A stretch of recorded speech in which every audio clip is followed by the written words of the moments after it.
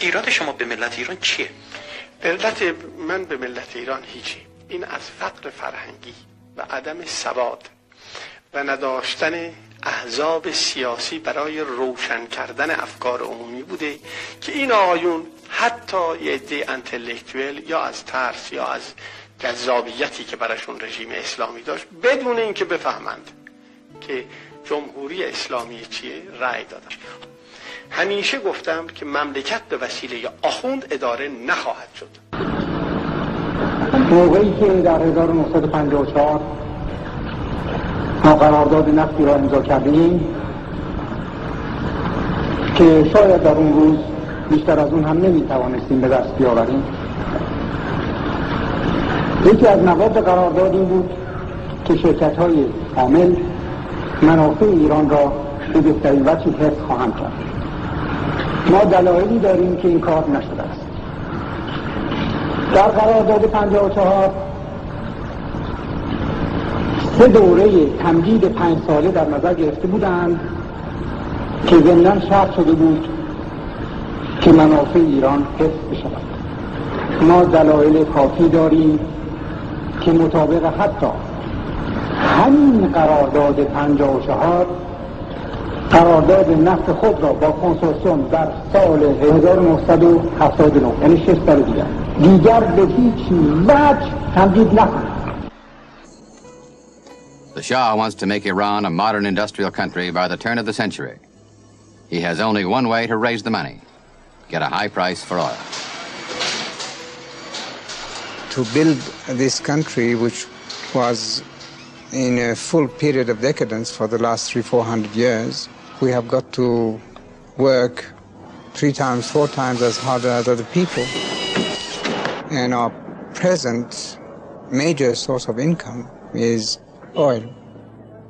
It's true that when we started to defend our interests, the price of commodities also rocketed up by several 100%. But this cannot continue. If you increase, we increase. If we increase, you increase. We have got to find some solution for this. I am ready to link the price of oil to the price of other commodities. To also envisage that we had to buy wheat 4 times the price. We used to buy wheat for less than $60 a ton. We bought wheat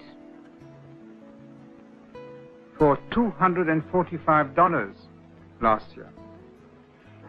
We used to buy vegetable oil for much less than $100 a ton. We bought it up to $1,200 last year.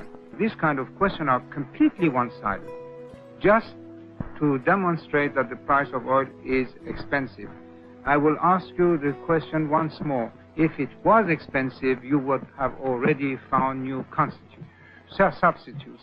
Many people in Britain, some of them cold, some of them quite poor, will be asking themselves what it is that you and certainly some of your Arab counterparts, sheikhs and rulers and governments, have against them.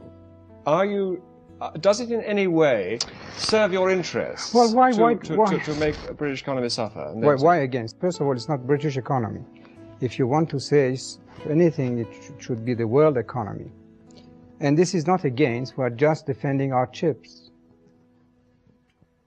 Because for such a long time, we have just been, exploited, I can say that. We separate oil from politics. And in addition to this, the West is our friend. How much pressure has there been from the United States to keep this oil rise down? Oh, a lot. What would they like to see, or what would they find acceptable? Nothing. They would like to expect us not to rise the price of oil when they themselves increase the price of steel, for instance. See any circumstances in the near future under which you would reduce the price of oil? Why should we do it? This is the only thing we have. Not all of Iran's oil revenue goes into building the economy. Like a number of OPEC leaders, the Shah is spending heavily on arms. $10 billion over a 3-year period. He wants to create the most powerful military force in the Middle East. That confronts Americans with another choice in foreign policy.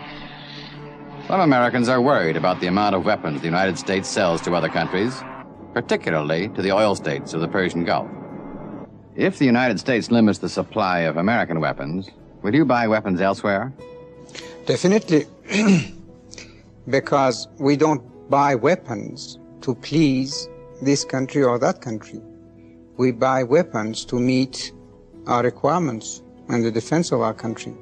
If you can work a little harder, if you can produce and start selling your commodities at a lesser price, you will get cheaper oil.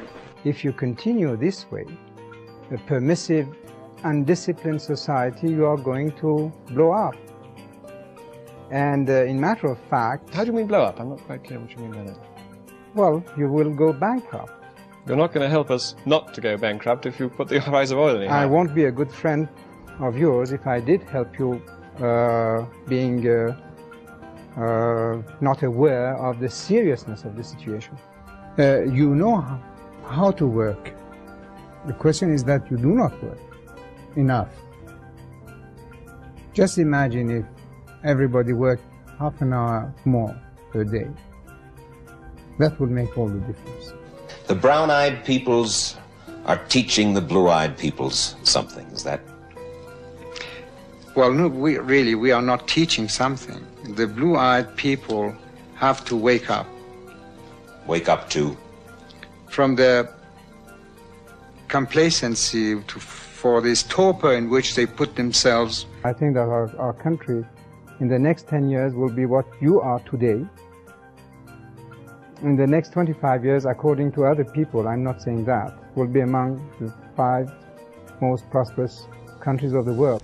این کار شبانه روزی و فعالیت و زحمت و دلسوزی همه را لازم داره.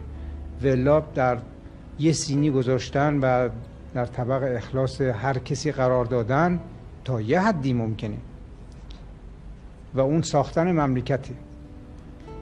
اما تکمیلش با فرد ایرانی است که اگر توجه داشته باشه میرسیم و زودتر هم میرسیم، ولی اگر بخواد خب با لاابالیگری و مسخره بازی و این قبیل حرفا مسلماً دیرتر به مقصد خواهیم رسید.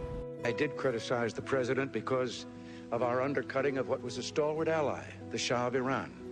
And I am not at all convinced that he was that far out of line with his people or that they wanted that to happen. The Shah had done our bidding and carried our load in the Middle East for quite some time. And I did think that it was a blot on our record that we let him down. Have things gotten better? The Shah, whatever he might have done, was building low-cost housing, had taken land away from the Mullahs and was distributing it to the peasants so they could be landowners, things of that kind. But we turned it over to a maniacal fanatic who has slaughtered thousands and thousands of people, calling it executions. Safe and free. Because the argument is, as bad as the Shah was on human rights and other issues, he was an ally of the U.S. and probably better than the current regime, and that the U.S. should have stuck with him. Well, we couldn't stick with him. He was not overthrown by anything the United States did. He was overthrown by his own people. And as I said earlier, after they did overthrow the Shah, we took care of the Shah as best we could.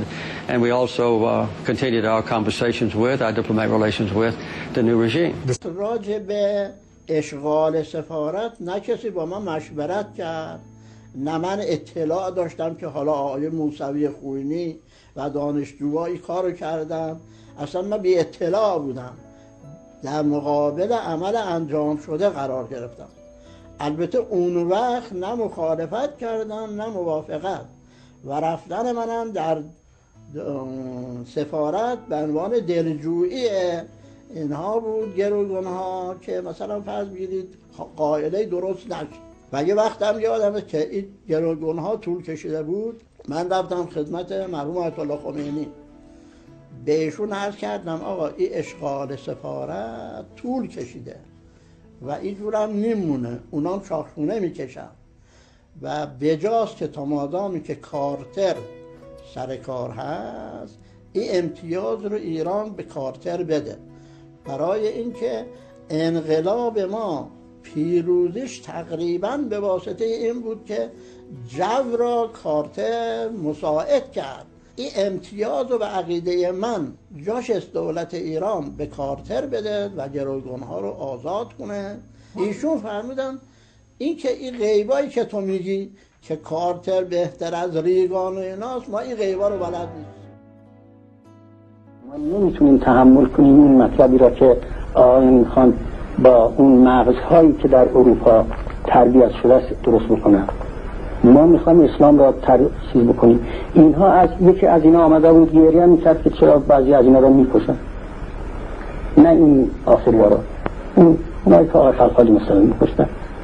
اینا باز توجه ندارن که اسلام در این حالی که تربیت است، یک مکتب تربیت است، لکن اون روزی که فهمید قابل تربیت نیست 700 نفرشون را در یک جا در یهود بنی قریظه را در حضور رسول الله میکشن، گردن میزنن به امر رسول الله. آقای کارتر، نمیدونم شما این مثل رو میدونید، من حیفم میاد که مثل بزنم به شیر که میگن وقتی که مقابل یک دشمن میستد هم فریاد میزند و هم از اون طرفش چیزی بیرون میاد و هم دومش حرکت میده.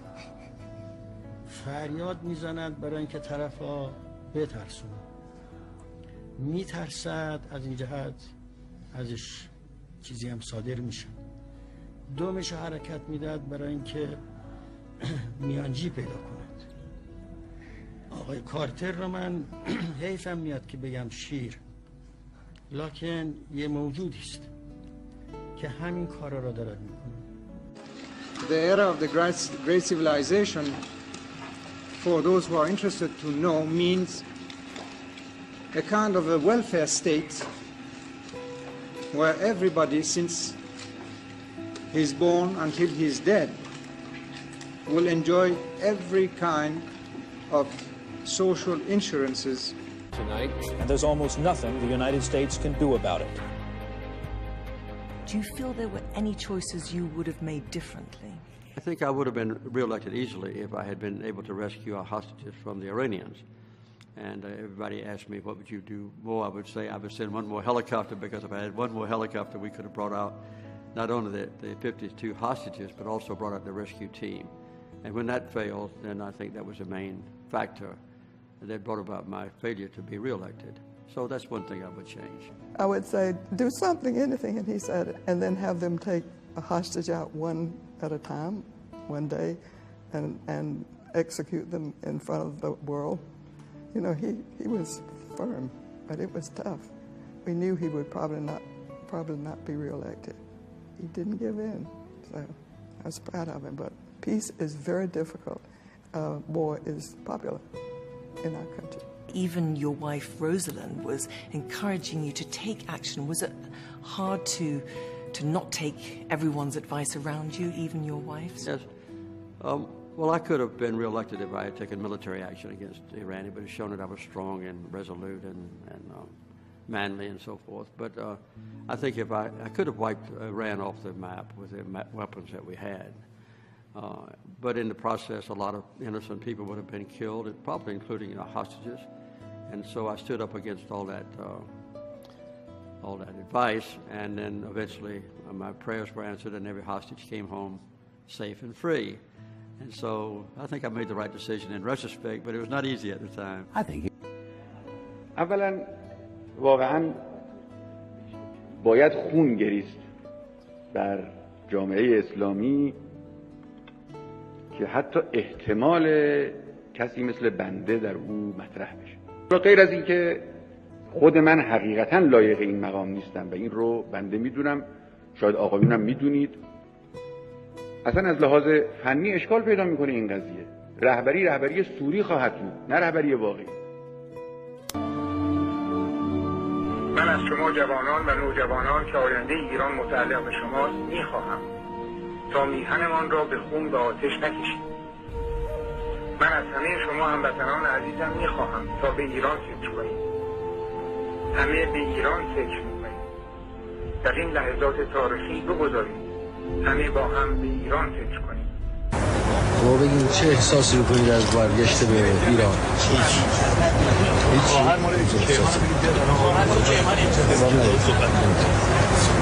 Doesn't make any comment. Is he happy or is he excited? Doesn't make any comment. Don't answer the questions. بنده قبول میکنم که ملت ایران ناخودآگاه اشتباهی کرد که قیمت اون اشتباه را میپردازه.